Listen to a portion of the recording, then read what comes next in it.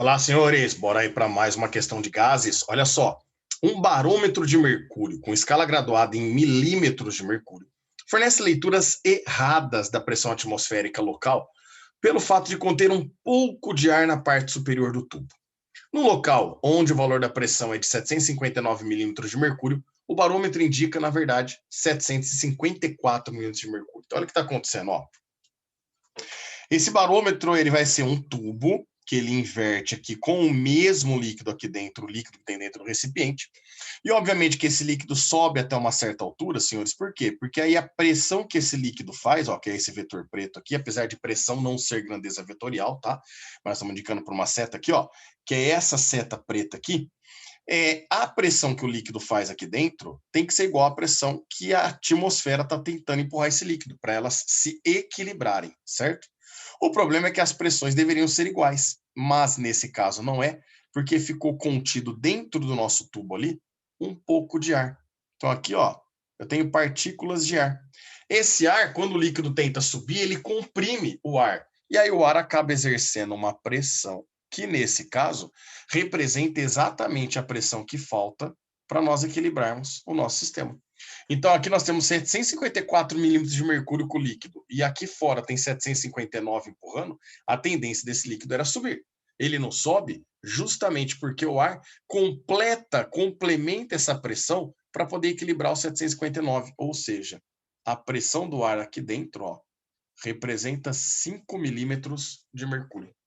Significa que esse 754 do líquido mais os 5 do ar comprimido dá o total de 759 e equilibra o sistema para nós. Belezinha?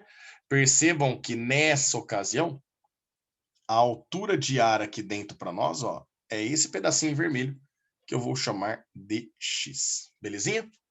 Aí numa nova situação, olha o que ele fala. Num outro local, ou no outro local, onde o valor real é de 754 milímetros de mercúrio, ele indica 742. Então, a mesma situação, ó. Agora a gente levou o mesmo sistema, só que para um local onde a pressão atmosférica é menor, ó, passou para 754 milímetros de mercúrio. Obviamente que o sistema deveria funcionar da mesma maneira, o nível de mercúrio aqui dentro, ó, deveria subir até que a altura dele fosse equivalente a 744 milímetros de mercúrio. Mas perceba que a altura que ele subiu, ó, vale 742. A pressão que eu tenho aqui, então, é a pressão de uma coluna de mercúrio de 742 milímetros. Por que ela não sobe mais? Porque o ar que está ali em cima, ó, comprimido, ele vai compensar. Ele acaba exercendo uma pressão também, e a pressão do líquido mais a pressão do ar, que aqui eu vou chamar de P duas linhas, tem que equilibrar com a pressão atmosférica do lado de fora. Ou seja, para complementar o 742 aqui, a pressão que o ar exerce agora é de 2 milímetros de mercúrio, certo? E aí percebam que nessa situação, eu vou colocar em preto mesmo agora, ó, não, vou colocar em vermelho também, azul, pronto, vou colocar azul. A altura que o ar ocupa agora dentro do recipiente, essa altura eu vou chamar de Y para nós. Belezinha? Bom, nós podemos realizar aqui um PVT Povotó analisando a transformação gasosa que ocorre entre eles. Você quer ver? Ó, eu posso falar que a pressão, volume, dividido pela temperatura na primeira situação, tem que se manter constante. Então, tem que ser igual a pressão vezes volume, dividido pela temperatura na segunda situação. Ele fala aqui ainda no texto, ó, considere que o ar e o mercúrio estão sempre em equilíbrio térmico, que as medições foram feitas à mesma temperatura, aproximadamente 20 graus Celsius. E aí ele quer saber, em milímetros, o valor do comprimento L do tubo, desprezando a pressão de vapor do mercúrio na parte superior do tubo. Então, a gente só tem a pressão do ar ali.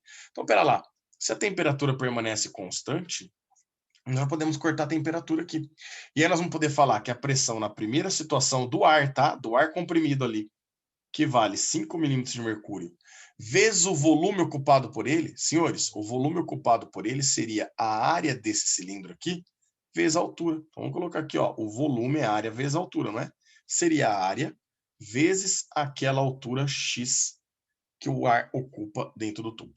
Tudo isso tem que ser igual à pressão na segunda situação, que é aquele P duas linhas, que vale 2 milímetros de mercúrio, vezes o volume, né? Aqui, de novo, é o mesmo tubo, então a área de seção transversal é a mesma, é A, vezes a nova altura que ele ocupa, que agora é uma altura Y. E percebo que é uma altura maior que a altura X, obviamente, né? como a pressão diminuiu, se eu estou com menor pressão, porque eu estou comprimindo menos esse ar, então o líquido não está subindo tanto, por isso que a altura ficou maior. Então aqui, A de um lado, A do outro, nós podemos cortar. O 2 passa dividindo o 5. Nós vamos chegar aqui, essa altura y equivale a 5 dividido por 2, que é 2,5 de x. Bom, a parte de gases, senhores, acabou, certo? A parte física aqui para nós acabou. Agora é geometria. Você quer ver que bacana? Olha só que interessante. Quando a gente fala em milímetros de mercúrio, centímetro de mercúrio, metro de coluna d'água, a altura do líquido é exatamente o valor da pressão que vocês estão olhando lá, ó. A pressão que o líquido exerce aqui não é de 754 milímetros de mercúrio? Significa o quê? Que eu tenho uma coluna de líquido equivalente a 754 milímetros desse líquido mercúrio. Então, olha que bacana. Se a gente analisar aqui, ó, o comprimento do tubo é o x mais esse 754. Então, vamos colocar aqui, ó, o comprimento L do tubo é o x mais aqueles 754 milímetros para nós.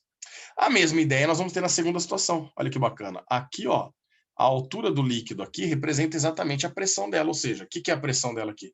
Essa é uma coluna com altura de 742 milímetros. Então, a altura dessa coluna de mercúrio equivale a 742 milímetros. Então, vamos lá. A altura do tubo, que é o mesmo que tinha antes, vai ser o y mais o 742. Então, vou colocar aqui, ó. A altura do tubo vai ser o y mais 742 milímetros. Certo ou não? Agora, senhores, a gente vai montar um sisteminha. E olha que interessante. Nós sabemos que o y equivale a 2,5x, né? Ou a gente pode fazer isso daqui, ó. Eu vou isolar o x aqui, então o 754 que está positivo passa para o outro lado negativo. E eu vou isolar o y aqui, ó. O 742 que está positivo passa para o outro lado negativo. E agora eu vou substituir nas duas relações. Então, olha que bacana. O y vale L menos 742. Tudo isso é igual a 2,5 vezes o x. O x nós vimos que vale L menos 754. Então, aqui vai ficar L menos 742. Tudo isso é igual a 2,5 aqui, nós vamos fazer distributiva, né? 2,5 vezes L. Fica 2,5 L. E 2,5 vezes 754. Isso daí vai dar para nós 1.885. Agora, esse L que está positivo vai passar para a direita negativo. Então, 2,5L menos 1L sobra ainda para nós 1,5 de L. E esse 1.885 negativo vai passar para o outro lado positivo. Ele menos o 742 vai sobrar para nós 1.143. 1,5 que está multiplicando passa dividindo. 1.143 dividido por 1,5. A gente chega que a altura desse tubo equivale a 762 milímetros. O que dá para nós aí como correta a nossa alternativa B, de nádegas. Fechou, senhores? Grande abraço a todos e até mais.